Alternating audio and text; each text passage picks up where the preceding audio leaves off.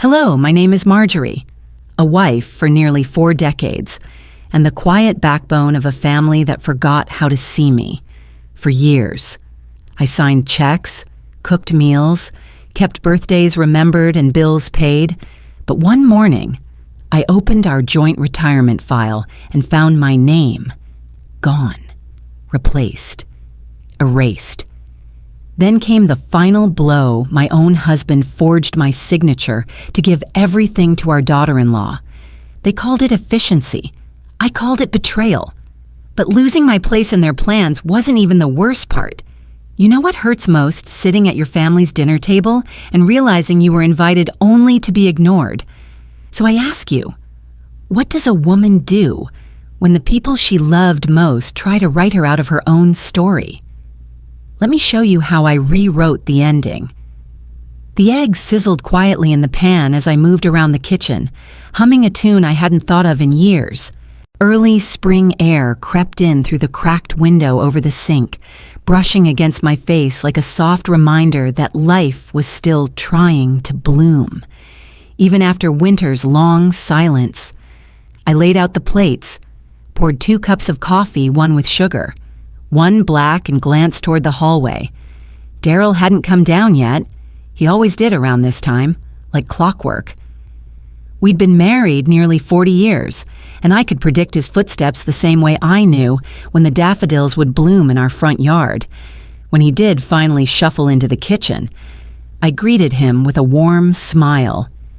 Morning, I was thinking, maybe we could look at our retirement account today. I'd love to start planning something for our anniversary. It's a big one. I said it lightly, gently. Not out of concern, at least. Not yet. Just the kind of thing you bring up between scrambled eggs and buttered toast when you're dreaming about one last big trip together. He didn't answer right away. Instead, he reached for his coffee, his face unreadable. I thought maybe he hadn't heard me. Daryl, I repeated, still smiling. The joint account we opened a few years ago, remember the one with the rollover? I'd feel better knowing where we stand before we start planning anything. He set the cup down, louder than necessary. Why are you always worrying about money? He snapped. I blinked. The question, the tone, it wasn't like him. Or maybe it was, and I just hadn't been paying attention. I'm not worrying, I said slowly, just asking. We've always talked about things like this together. He let out a sharp breath, as if my question were a nuisance rather than a normal part of married life. I said, I've got it covered. Don't turn this into a whole thing. Marjorie. I watched him carefully, a quiet ripple of unease spreading beneath my ribs. I wasn't turning it into anything, but I had poked something I didn't fully understand yet, and I could feel it growing. He stood abruptly, the chair scraping hard against the floor. I let you live here, don't I? He said coldly. Don't act like you own any of it. I didn't even have time to answer before it happened. He reached out, shoved me not hard enough to leave a bruise, but enough that I stumbled back against the pantry door, hands grasping at the air. I caught myself, upright, but everything inside me tipped. He walked out of the kitchen without another word, the sound of his footsteps vanishing up the stairs. I stood there for a long while. The smell of eggs turned sour. The coffee grew cold. I didn't scream. I didn't follow him. I walked to our bedroom, closed the door, and locked it. My hands trembled as I sat on the edge of the bed. My ears rang with silence, and my chest thudded with something I couldn't quite name. Had he meant it? Had he always thought this house wasn't mine? That night, sleep didn't come easy. I lay beneath the covers, eyes open, staring at the ceiling fan rotating slowly above me. Its blades turned like the days had turned slow, repetitive, familiar, and yet nothing felt familiar anymore. I tried to remember the last time we'd really talked about the future, when we were younger, We'd stayed up planning trips to Glacier National Park, or maybe a train ride up the coast. Those were the nights we dreamed together, when our names were etched side by side on every plan. Now, it felt like I was living beside a man who had quietly erased me from the story. I thought about the joint account again. I remembered the day we opened it, how he'd squeezed my hand in the lobby of the bank. "It's for us," he'd said. No matter what. But that was a different man. Or maybe I had just been a different woman. I turned to the empty space beside me in bed. I didn't cry. I didn't speak. I listened to the house creak around me and tried to convince myself that this was just a moment, a mistake, something small. But then I heard the phone ring, his voice low, like he didn't know I was listening. The next morning, Daryl whistled while repairing a cabinet hinge in the laundry room, as if the night before hadn't happened at all. I stood at the sink, drying the same plate 3 times, watching him from the corner of my eye. He didn't flinch. He didn't apologize. He just hummed some off-key country tune and tightened screws like nothing was broken. I walked over and said softly, "About yesterday." He cut me off with a dismissive wave. "Let's not start drama again." Drama, that's what he called it. As if being shoved into a door by your husband of nearly 4 decades was just a bad scene in a sitcom we could fast forward through. I swallowed my words, tucked them into the corner of my heart where so many others had gone to die. The silence between us wasn't new, but now it had weight, shape, sharp edges. That evening, as I folded laundry in the bedroom, the phone rang from the hallway. Daryl had left it on the table while showering. I wasn't snooping, but when it rang again, my ears picked up something they weren't meant to. His voice, low and careful. "Yes, I got the paperwork. Just need to finalize the transfer." No. She doesn't know. She never asks about that stuff. I froze. My fingers clenched around a towel until it wrinkled like a crumpled letter. The chill that crawled up my spine had nothing to do with the spring weather. He was talking about money. My money. Our money. And he was speaking like I was some oblivious houseplant that needed watering and not conversation. I didn't say anything. Not that night. Not when he came back into the room, towel around his neck, whistling again. But a crack had formed. One I couldn't plaster over. A few days later, Vera decided to host an anniversary dinner at her house for us, our 39th. I wanted to say no, but Ivy was excited, and I didn't want to make a scene. Maybe I hoped Daryl would remember what this milestone meant. The house buzzed with voices when we arrived. Balloons bobbed on the mailbox. Tables were set with candles and linen napkins. Everyone had a name card at their plate, scripted in gold ink, except mine. My seat at the far end had no name, just a folded napkin and a plate. I looked around. No one seemed to notice. When dessert was served, Vera handed out thank you cards to guests. They opened them, laughing, reading aloud sweet memories and inside jokes. Mine was blank. No writing, no signature. Just thick cardstock and silence. A neighbor leaned toward me and whispered, "Are you the housekeeper?" I smiled without moving my mouth. That night, I sat on the couch with the blank card in my hand, turning it over and over like it might change if I blinked long enough. I thought about the house Daryl and I had bought together. I remembered co-signing the mortgage with my credit, writing the first check for the down payment. Back then, every decision was shared. Every dream was printed with both our names. Now, I couldn't even get ink on a greeting card. That silence, more than the shove, more than the kitchen fight, cut the deepest. It told me everything. I didn't cry. I didn't scream or throw the card away. I walked to the bathroom mirror and looked at myself. Really looked. The woman staring back at me was older. Yes, but she was still here. If I disappear today, I whispered, they'd only notice the dishes piling up. And just like that, something inside me shifted. A seed, a click, a beginning. That's when I opened the drawer and found the wrong envelope addressed to someone else. 2 days after the anniversary dinner, I found myself standing in the home office, sleeves rolled, hair pinned back like I used to wear it in my early work years. The room smelled faintly of paper and old ink, the kind of scent that reminded me of filing rooms and after-hours audits. I needed order, something to balance the chaos that had crept into my life. I began sorting through the drawer on the left side of our old walnut desk. Most of it was harmless warranty cards, expired coupons, a takeout menu from a Chinese place that closed years ago. Then I noticed a cream envelope tucked behind a dusty stack of community newsletters. Vera's name was written in faint pencil on the back flap, almost like someone didn't want it seen. Curiosity turned into dread before I even opened it. Inside was a legal document, clean, formal, chilling. A retirement fund transfer. My name appeared only once, and it wasn't on the line where it should have been. Daryl's signature was there, clear as daylight, neat, practiced. The new beneficiary, Vera Maddox. A post-it clung to the corner of the document, just crooked enough to feel like a secret note in a high school locker. She won't notice.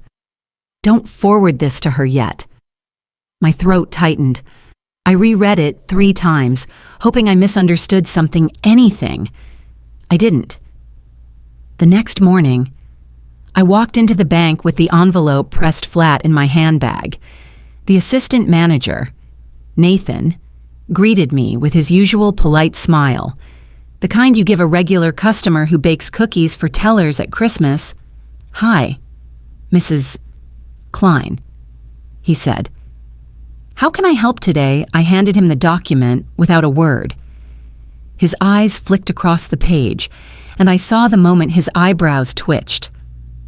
"I was wondering," I said gently, "if you could tell me the current access on this account." He hesitated. "Let me double-check a few things. One moment."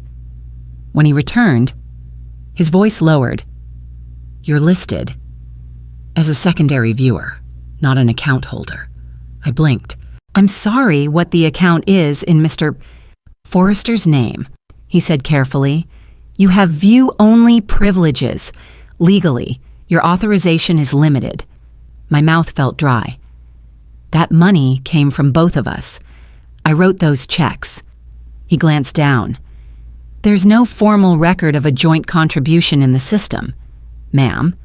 I thanked him, left the bank, and sat in my car for a full 10 minutes, gripping the steering wheel like it was the only thing holding me upright.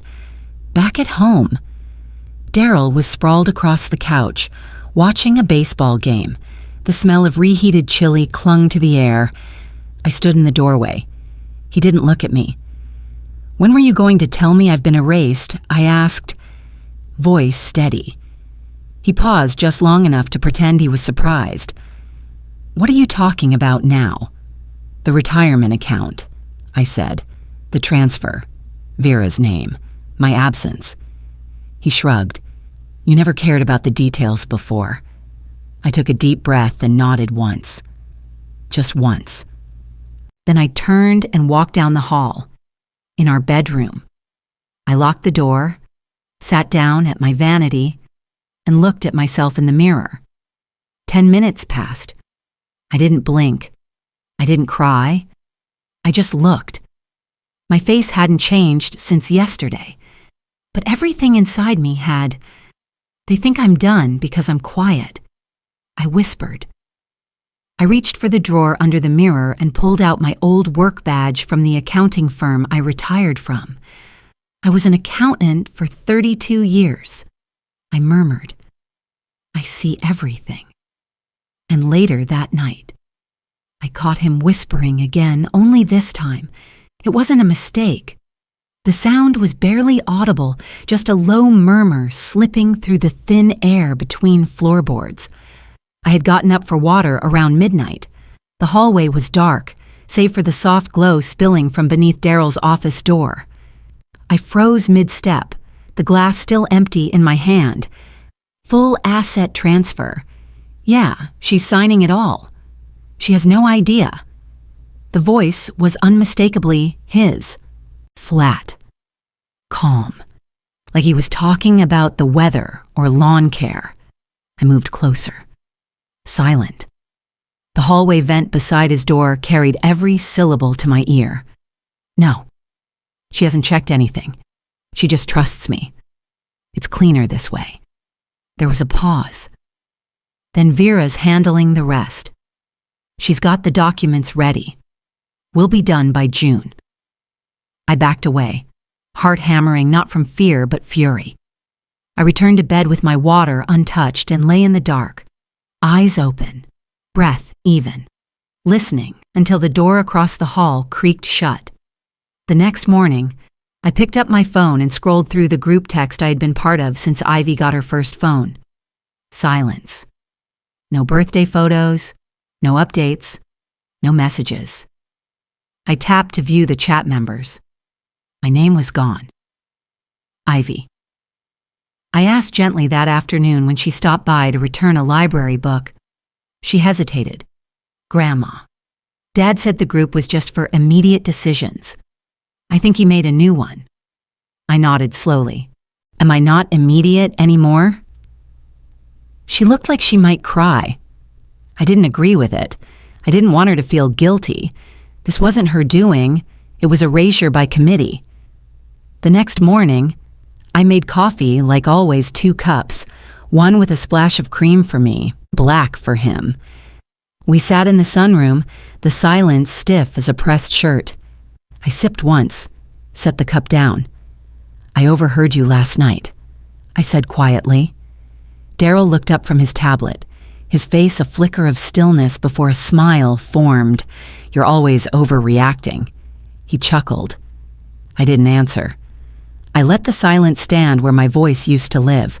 He picked up his tablet again. I pushed my coffee aside, untouched. That afternoon, I entered the storage room, a place I hadn't visited in months. Dust clung to the corners like old secrets. Boxes stacked by category seasonal. Donations. MISC. One box sat apart, marked in thick black marker M's things. Clean out. I opened it. Inside were pieces of me. Family albums with my notes in the margins. My mother's china teacup set, carefully wrapped but left behind. A folder labeled "To be sorted later," with Vera's handwriting scrawled across it. This was no accident. This was intent. Each item felt like a timestamp of being slowly removed, piece by piece, from a life I thought I still occupied. That night, I lay in bed with one of the old albums resting on my chest. I stared at the ceiling, my fingers brushing the edge of a photo of me holding baby Malcolm. They were rewriting the story. But I still had the pages. I'm not overreacting. I whispered into the dark. I'm just not done yet. I walked into the bank the next morning and asked them to lock it all down. I didn't wear black, but I felt like I was attending a funeral. I put on a navy blazer, one I hadn't worn since my retirement luncheon, and walked into the bank like I belonged there, because I did. This wasn't just about money. It was about reclaiming something I hadn't realized I'd lost presence. Liam, the assistant manager, greeted me with a smile. He always had good manners, even when delivering bad news. Mrs. Klein, he said warmly. How can I help you today? I pulled the envelope from my purse and placed it neatly on his desk. I'd like to freeze every joint account I share with my husband, checking savings, CDs, retirement investments, and anything else linked to both our names. His eyes flicked to the envelope, then back to me. All of them. All of them, I repeated, calmly. He leaned forward slightly. Are you certain you want to initiate this? Legally, it will limit access for both of you until... I'm certain. I said. He opened the file, clicked through the digital forms, and turned the screen toward me. You'll need to authorize each one. It won't take long. I read every line, slowly, thoroughly. Then I signed, one by one. As I walked out of the bank, a gust of wind caught the edge of my coat and tugged it open. I didn't bother fixing it. I felt 20 years lighter, like someone had lifted a weight I hadn't known I was carrying. The breeze touched my face like an old friend. I thought about all the checks I'd signed over the years, school tuition, groceries, home repairs, every holiday gift with both our names scrawled across the tag. Each one had been a quiet sacrifice. But this was different. This was mine. When Daryl came home that evening, I was folding towels on the couch. He stomped through the door, keys jangling in his fist. "What the hell did you do?" he barked. I didn't look up. I secured my future. "Something you forgot to do for me. You froze everything." He snapped. "Do you have any idea what kind of chaos that creates?" I stood slowly and walked to the coffee table, where I had placed a printout from the bank. I handed it to him. He looked at the paper, his jaw clenched. "You always have to turn things into a crisis," he said, voice rising. "This is exactly why no one trusts you with serious decisions. Because I ask questions," I said. "Because I don't sit quietly while you erase me." He threw the paper down and stormed into the kitchen. The microwave door slammed. I didn't follow. Later that evening, Malcolm and Vera stopped by. He brought leftover pie from the anniversary party, as if it were still a celebration. While Vera chatted with Daryl in the other room, Malcolm pulled me aside into the foyer. "Dad said you've always had a fear of being poor," he said softly. "Are you sure this isn't just that? Overreacting?" I looked at him, my son. Once small enough to curl in my lap, now a man leaning closer like I was the one who needed explaining. "I don't fear poverty," I said. "I fear being erased." "That's not the same." He opened his mouth, then closed it. I walked away before he could answer. At dusk, I sat alone on the front porch, fireflies blinking in and out like soft punctuation marks in the dark. No one joined me. Not that night. I looked out at the quiet street, then up at the stars just starting to peek through the early spring sky. "They've taken what they could," I whispered. "But I still have my name. That matters." The next day, I stepped into a law office under my maiden name and asked for August Red. I walked into August Red's office that morning under my maiden name, Marjorie Talbot. It had been decades since I'd signed anything with that name, but it rolled off my tongue like muscle memory. I had to pause at the receptionist's desk, just long enough to register that this, too, was a choice, a declaration. "Mr. Red is expecting you," she said, and guided me into a sunlit room filled with law books and fresh tulips. August stood as I entered. He hadn't changed much from the man I remembered at our high school reunion, just a little more gray, a little more watchful. "Marjorie," he said, offering a firm handshake. "Let's get to work." I sat down and unfolded the envelope I'd brought. "I think they forged my name. I think they've been preparing for this." He didn't flinch. "I believe you." He opened a file of his own, pulled out a printed email string and a document marked with an electronic signature. "This was sent from Daryl's accountant," August said. "It lists you as having provided spousal consent to liquidate and redirect assets from your joint trust." I looked at the page. My name. My signature. But not my doing. I never signed this. I whispered. He nodded. "I know." The digital record indicates the signature was pulled from a 2009 refinance document. The source was manipulated. I sat back, heart thudding. They didn't just take what I had. They planned for me to be gone. August pushed a new file toward me. We'll initiate asset tracing, freeze any pending transfers, and file a formal inquiry into digital fraud. This won't be quick, but it will be thorough. I exhaled slowly. Do it. That night, Daryl called a family dinner. I didn't ask why. I already knew. Vera wore her best heels. The table was set like a magazine ad. Even Malcolm showed up in a collared shirt. Daryl stood with a wine glass and began his speech. "None of this would be possible without your mother," he said, gesturing toward me. "She's the glue, the heart, the reason we're still together." I stared at my plate, untouched. The candles flickered. Vera nodded along. Malcolm avoided my gaze. They thought a performance could rewind time, that a public smile could overwrite private betrayal. After the meal, I stood and said a soft thank you. Then I walked upstairs without dessert, without hugs. In my room, I removed my wedding ring, placed it in a small velvet box, and locked the drawer. I didn't cry. I looked at my reflection and whispered, "You only value me when I'm quiet, so I'll be silent but not submissive." Later that night, I sent a message to August.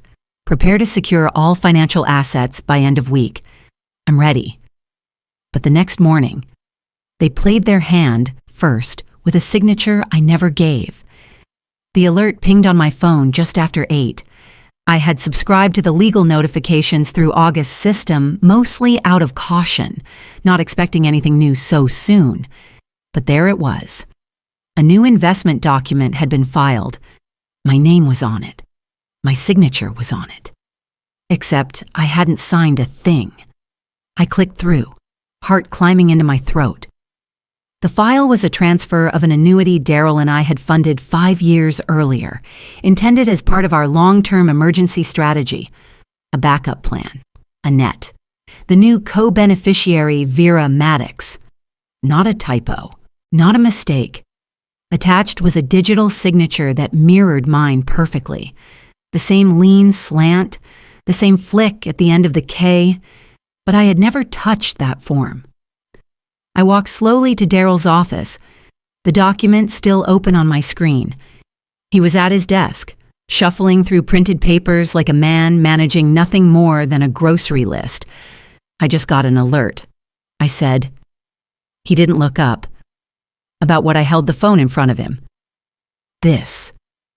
He glanced at the screen, then sighed. "You're overthinking again." "Did you sign this?" I asked. He stood up. "It's not a big deal. It was easier that way.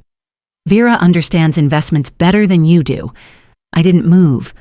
You didn't just sign my name. You sold my life without asking." He didn't deny it. He didn't apologize. He just shrugged and sat back down. Later that day, Vera stopped by. Her heels clicked against the tile, her perfume too sweet, her smile stretched too wide. "I thought this might help," she said, holding out a laminated document like it was a gift. I opened it, a budget sheet, titled Monthly Spending Guidelines, Marjorie Klein, my name in bold. Below it, $450 monthly cap, categories, requirements, a note at the bottom, receipts required. I looked at her. She smiled, all fake compassion. "It's for your own good. You've been under a lot of stress. This'll simplify things." I didn't speak. I folded the paper in half. Once. Then again. Then I went outside. The backyard shed hadn't been touched in months, maybe longer. Dust clung to the hinges. I pushed the door open and stepped inside, blinking as my eyes adjusted. In the back corner sat my old banker's box. I had labeled it neatly years ago, Retirement and Trust Docs. I pulled it forward, sat cross-legged on the wooden floor, and opened the lid. Inside were the original documents, paper copies with ink signatures. The original annuity paperwork dated notarized, and co-signed by both of us. Equal contributors, equal owners.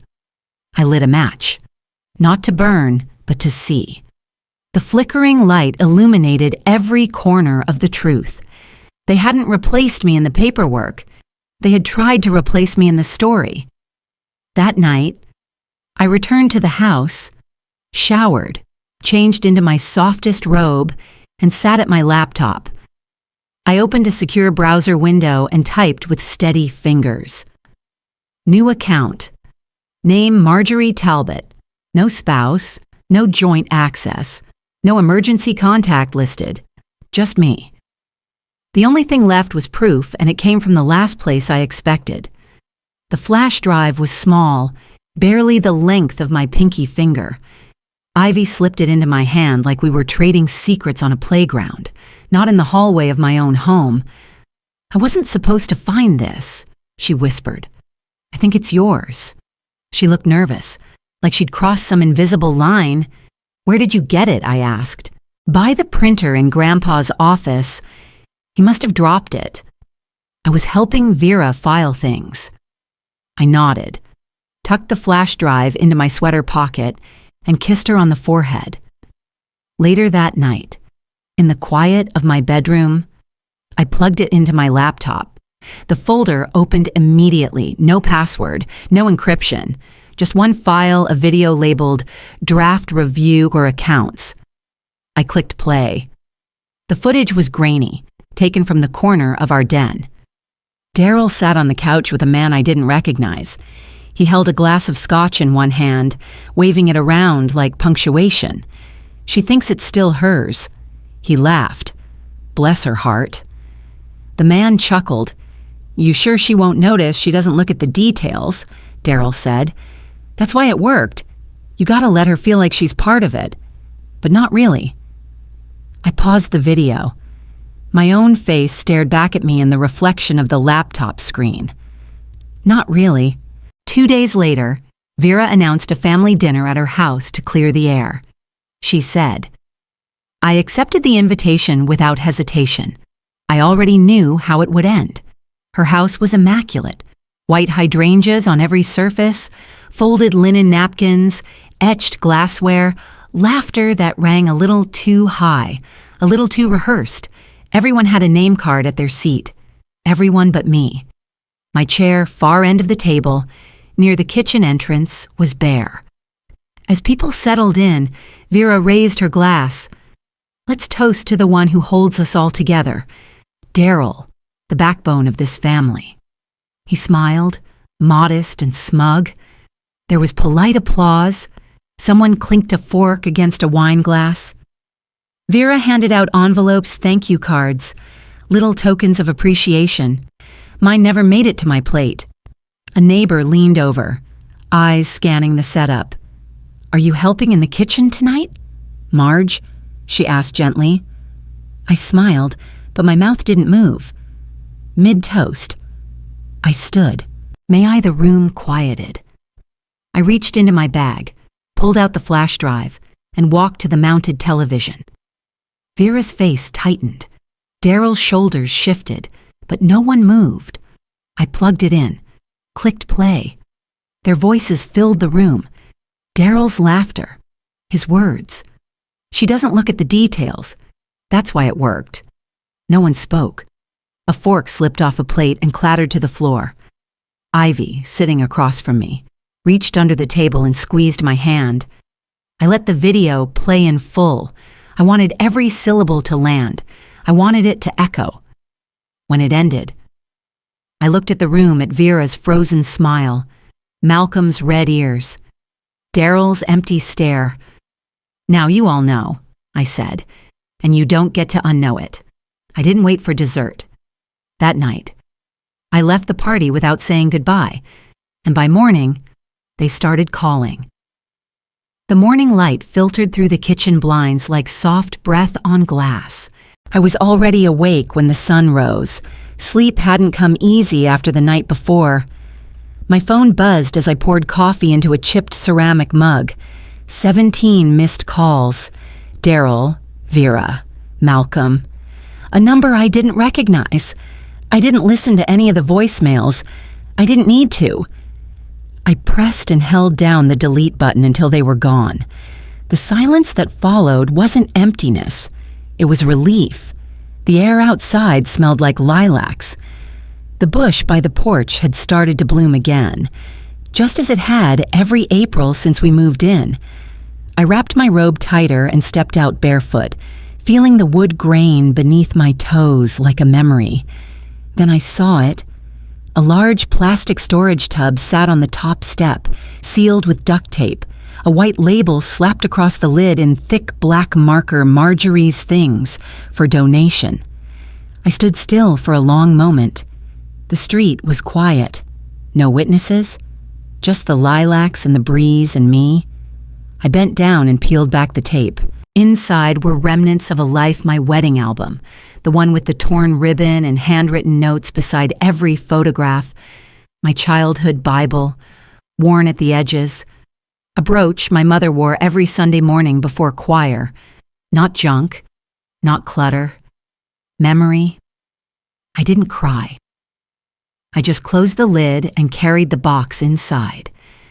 That afternoon, Ivy came by after school.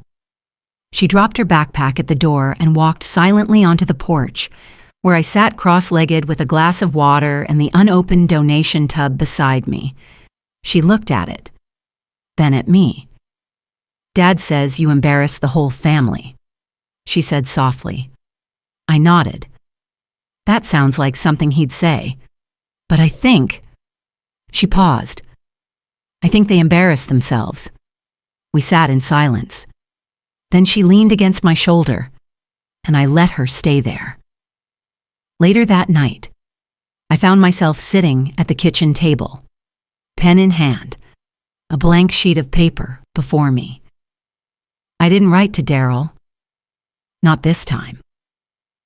I wrote to myself.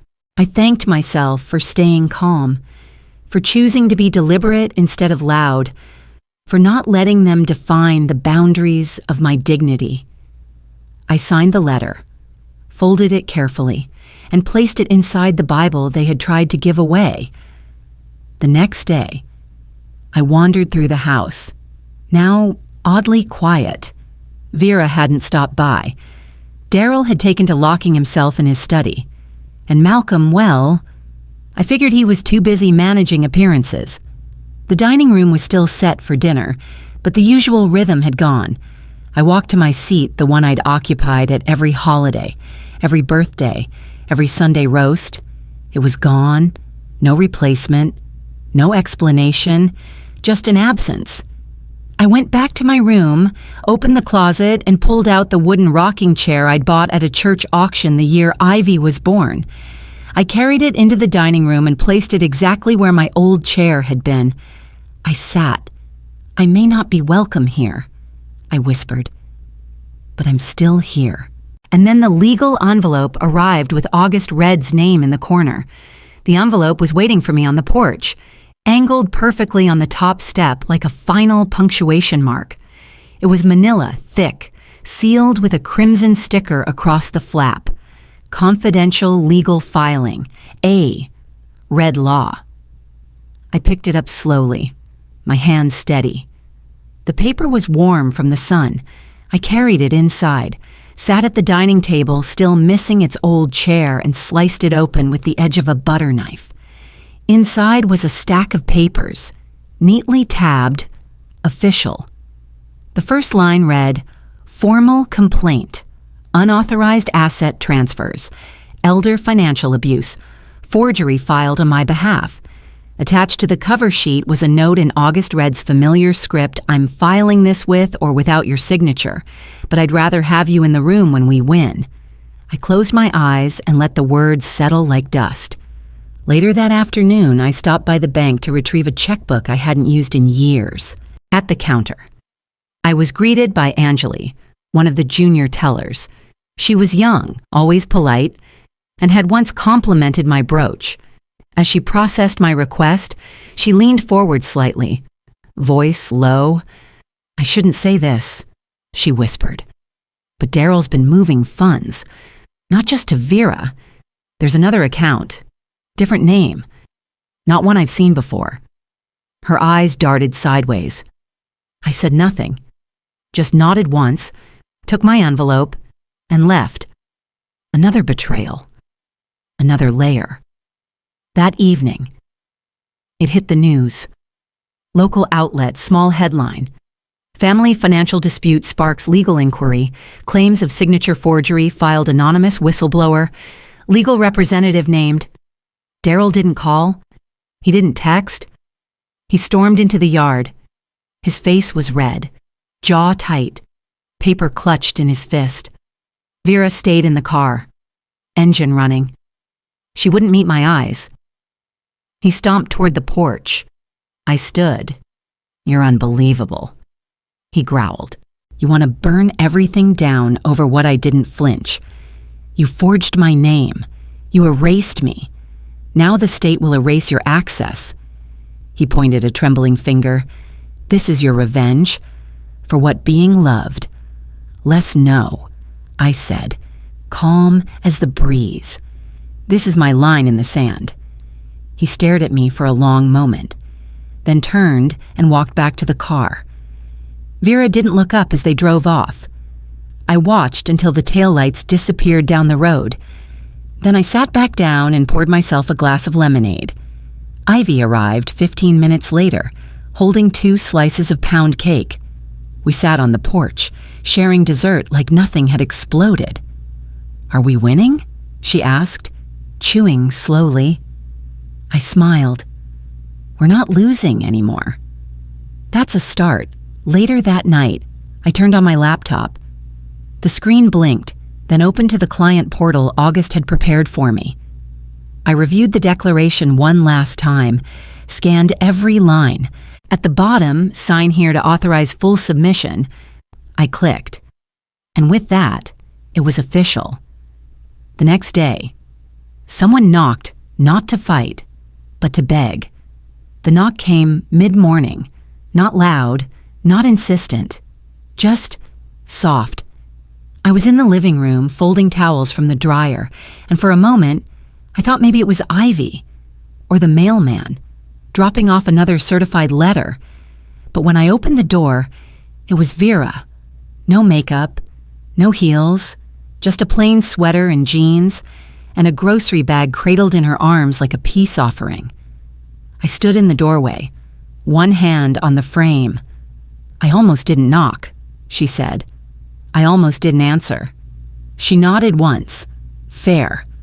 I stepped aside, and she walked in slowly, her eyes moving across the room like she was seeing it for the first time, or remembering something she used to care about.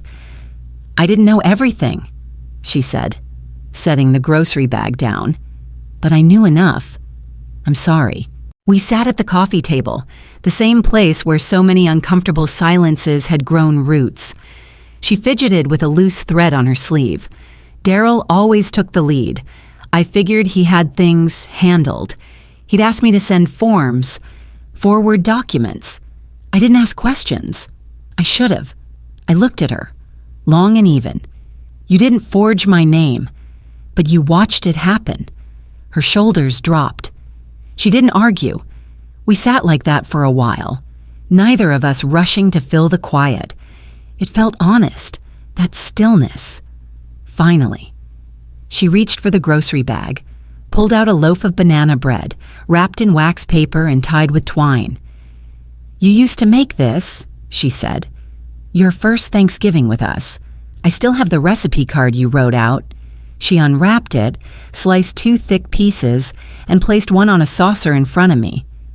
You don't have to forgive me, she said, but I hope you'll eat this. I picked up the fork, took one bite. The taste carried more than cinnamon and nutmeg. It carried memory, time, an understanding that nothing returns to the way it was, but sometimes it can still be warm. Later that afternoon, Ivy came by with an envelope in hand. Dad asked me to give you this. She said, he didn't want a text. The handwriting on the front was unmistakable, sharp, familiar. Inside a single sheet of paper, handwritten, folded neatly down the center. Marjorie, I never wanted to lose your respect, but I did. I lost more than money. I lost my mirror. The version of me I saw through your eyes, the only one that ever made me proud. I don't expect anything from you. I just wanted to say it. I read it once, then folded it carefully and placed it in the drawer where I kept my birth certificate, right behind the legal documents and one old photograph of my parents on their wedding day. That night, the air felt different. I walked into the kitchen and cracked open the window above the sink, the one I hadn't touched in months. A breeze slipped in, cool and soft. It carried the scent of gardenias from the neighbor's yard. I closed my eyes. Forgiveness doesn't mean forgetting. I whispered.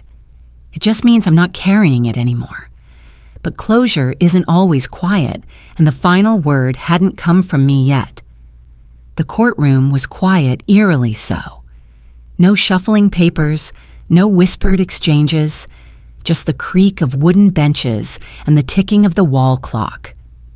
I sat beside August Red, hands folded in my lap. I wore my navy blazer again, the same one I wore when I froze the accounts. I hadn't intended for it to become armor, but somehow it had. Daryl wasn't there. His attorney was. Vera sat in the back row, silent, her hands gripping the strap of her handbag so tightly her knuckles blanched. The judge read the ruling without flair. A permanent injunction is granted, barring Mr. Daryl Forrester from access to any shared financial accounts or assets previously held jointly with Marjorie Klein, now acting under her legal name, Marjorie Talbot. I didn't smile. I didn't cry. I just nodded. 1 hour later, I was standing beside Ivy at the local cemetery. We weren't there for a service, just a visit. We stopped at an open grassy plot with a small granite marker pressed into the earth. My name was carved on it already. Marjorie Talbot, 1957. The dash waited for time. Ivy looked at me, curious. This is the only thing I'll ever need my name on now, I told her, and I made sure it's mine. No one can sign it away. She didn't say anything, just took my hand. That evening, I sat at my desk with a sheet of paper and a pen, the same kind I used to write shopping lists and holiday cards with. But this wasn't for anyone else. It was for the girl I used to be. Dear younger me, you were not a fool. You were just faithful. There's a difference. You believe love would protect you, that shared names meant shared futures, that signing a check together meant you were building something together. You weren't wrong to hope. But next time, hope for yourself, too. Marjorie. The porch was golden with late afternoon light. Ivy sat knitting something in lavender yarn while I reclined with a book on my lap. My phone buzzed once. A message from Vera. I'm moving. You won't hear from me again, but I'll never forget what you taught me by leaving. I exhaled slowly, then said aloud, mostly to myself, leaving isn't the hard part. Staying gone is. When the sky dimmed and the crickets began to sing, I stepped inside and opened the drawer beneath my writing desk. Inside was a fireproof box. I placed the court filings inside, then the flash drive, Ivy's thank you note, and my old bank card, now empty, deactivated, but still etched with a name I had taken back. I closed the lid, locked it with a firm click, and placed the key in my robe pocket. That chapter is done. I whispered. The rest belongs to me. There is no next chapter. I'm writing my own now, one page, one piece at a time. Looking back, I've learned that silence can be both a weapon and a shelter, but it's never the same as surrender. You don't lose your voice just because no one listens. And sometimes, walking away isn't giving up. It's reclaiming what was always yours. If you've ever felt invisible in your own home, if you've signed your name to a life that others rewrote without asking, I want you to hear this. It's not too late to redraw the lines. So tell me, have you ever felt erased? Have you ever had to start over from a place you never thought you'd be? Let me know in the comments. Drop a 1 if this story touched you, or tell me where you're watching from. If it didn't resonate, I'd love to hear why. Your perspective matters too. And if you believe stories like this should be heard, stories of quiet strength and starting over, then please subscribe. Hit that button so you won't miss the next chapter. We've got more to share, and maybe your story is next.